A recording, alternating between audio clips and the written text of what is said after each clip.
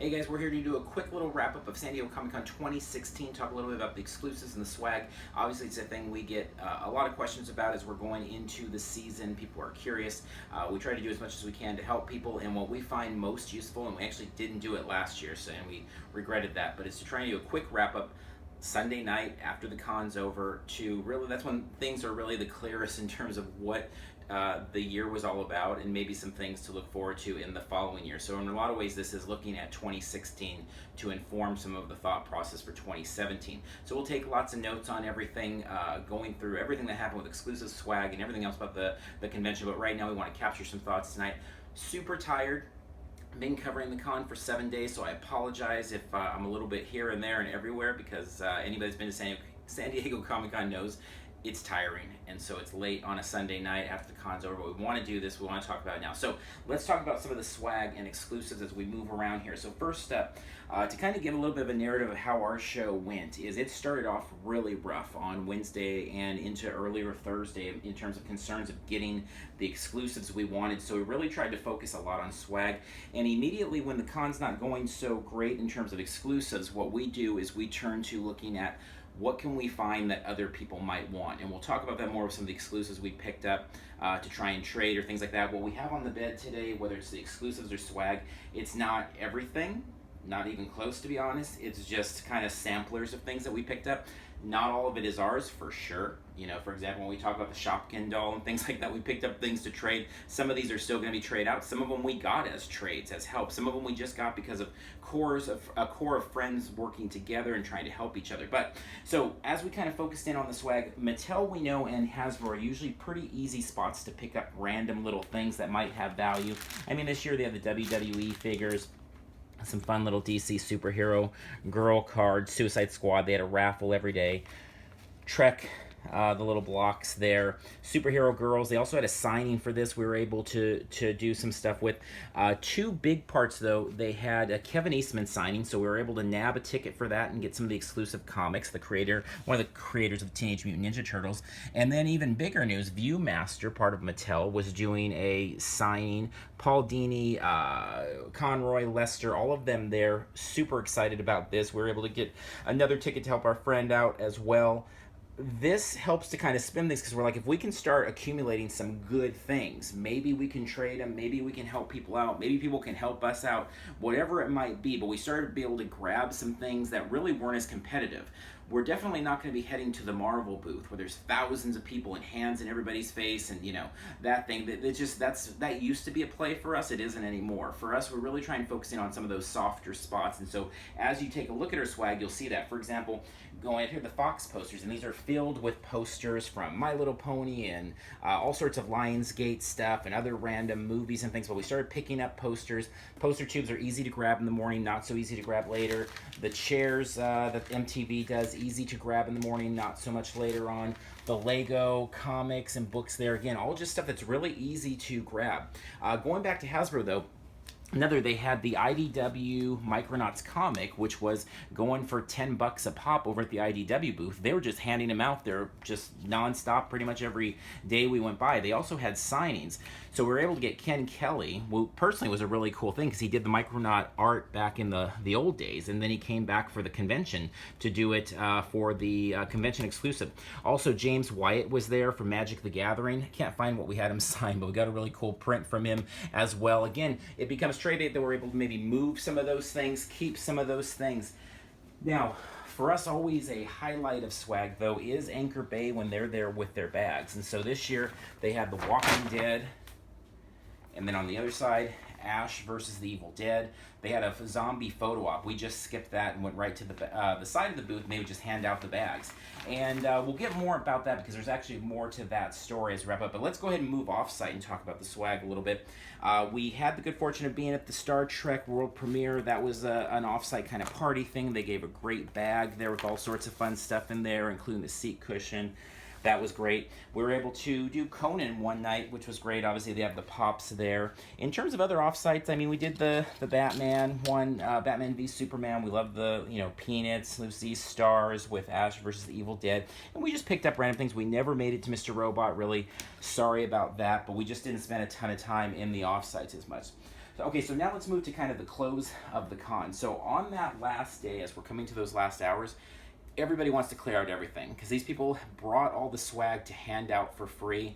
They don't want to pack any of it. And sometimes they even give away things that they're selling for free. For example, going by Titan Comics, they have the Mycroft Holmes. This is the Kareem Abdul-Jabbar written or co-written novel that they now have the San Diego Comic-Con exclusive first comic come out. But these are normally $10 and they're just like, take them because they don't want to pack up these big thick books. Went by Fox, these are just little advertisements for the DVD Blu-ray release. These are going to look nice little framed pictures there, just kind of Deadpool art. They started handing out over at the Powerpuff Girls, they started handing out the Wednesday pins, and people were all asking us about those because I guess they ran out on Wednesday, and all of a sudden they had tons of them. We got tons of Suicide Squad lanyards, and again, they're just like, take them, giving you handfuls of things, like just get them out of our face, take them. That's where these come back in. We have probably twice as many of these bags because they're like, just take them, get them out of our face. Books over here in the small press area. I don't know anything about this book, but I'm hoping we'll find somebody that does or that's interested in DC Rebirth. They're handing out the softback versions of the new DC Rebirth of the DC booth.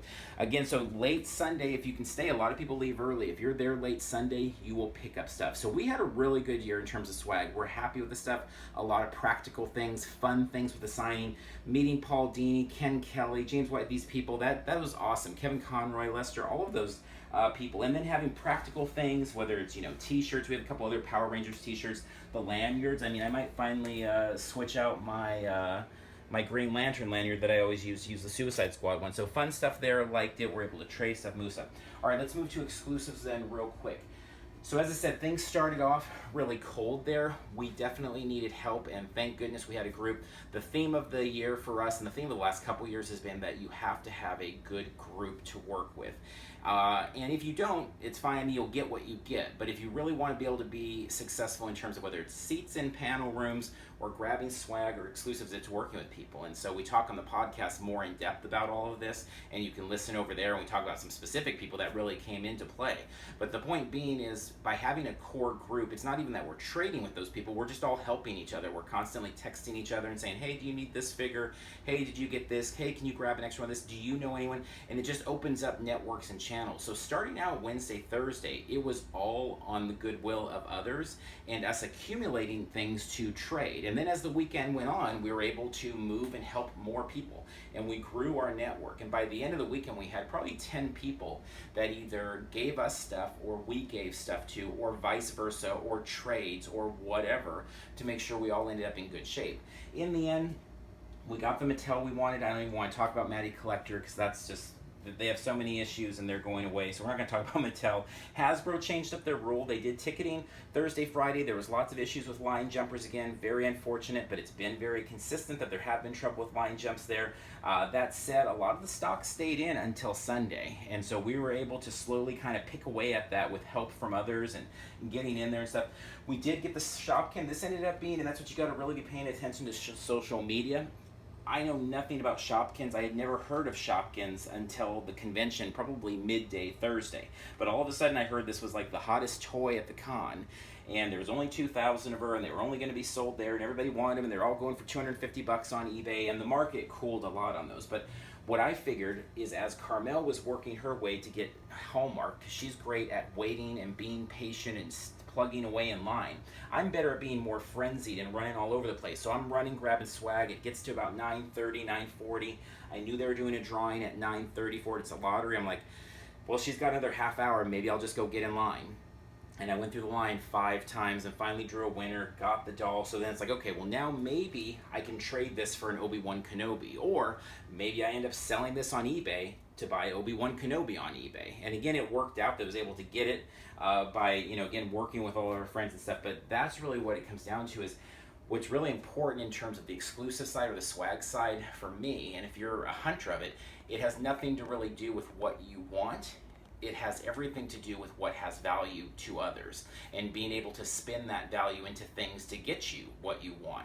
And so as I'm hunting, I don't have interest in a, My Little Pony coloring page, or I got various other signings throughout the weekend that I had no interest in, but I either gave them away as giveaways, and obviously having a site like we do, a lot of times we just do giveaways, and so that's an easy reason to grab things. But otherwise, we'll end up with all this stuff, and the things that aren't already allocated to people, we will, give to new people, nieces, nephews, whatever, giveaways down the line.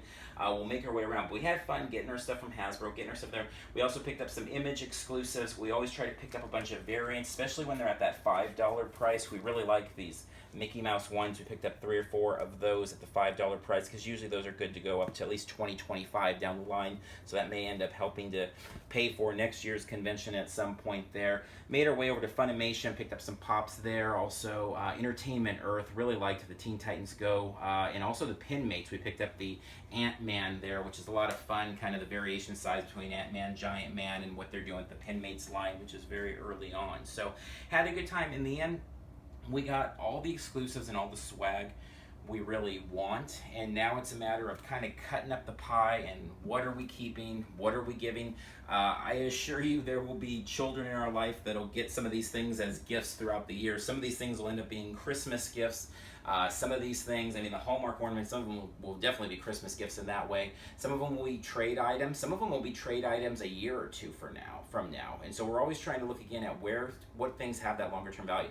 The best advice I can give for the floor, whether it be exclusives though, or the swag, is just really be on a swivel and be ready to change direction. We talked about it before Comic-Con 2016. It came up, I kept thinking about it as I'm coming down that escalator onto the convention floor. Every day as I'm coming down the escalator, it's like, okay, so what am I going to do now? It wasn't like I come in with this massive plan of like, we're going to go here, here, here, and here. We just had kind of a general plan, and we wing it from there. And try to keep kind of constant motion, always obeying the rules, only walking, never running, all of this stuff just to really obey what is the rules, and then try to, though, stay with constant motion. And so that said, we spend the majority of our time on the floor, so it's a lot easier to pick all these things up. And that's why we tell people that are only interested in picking up 1 or 2 things. If you came into the con this year and all you wanted was the Obi-Wan Kenobi, way better to not even mess with Hasbro and just go ahead and go over to eBay and pick it up for $100 or whatever. Sure, you're overpaying, quote unquote, by $50, but saving you a night of sleep or all the stress that we had trying to get things and make deals and stuff like that, it's not worth your time. So we'll talk about that more as we come into 2017. Maybe you're watching this at the end of 2016, maybe you're watching it in preparation for 2017. In 2017, we'll be back with Hasbro videos.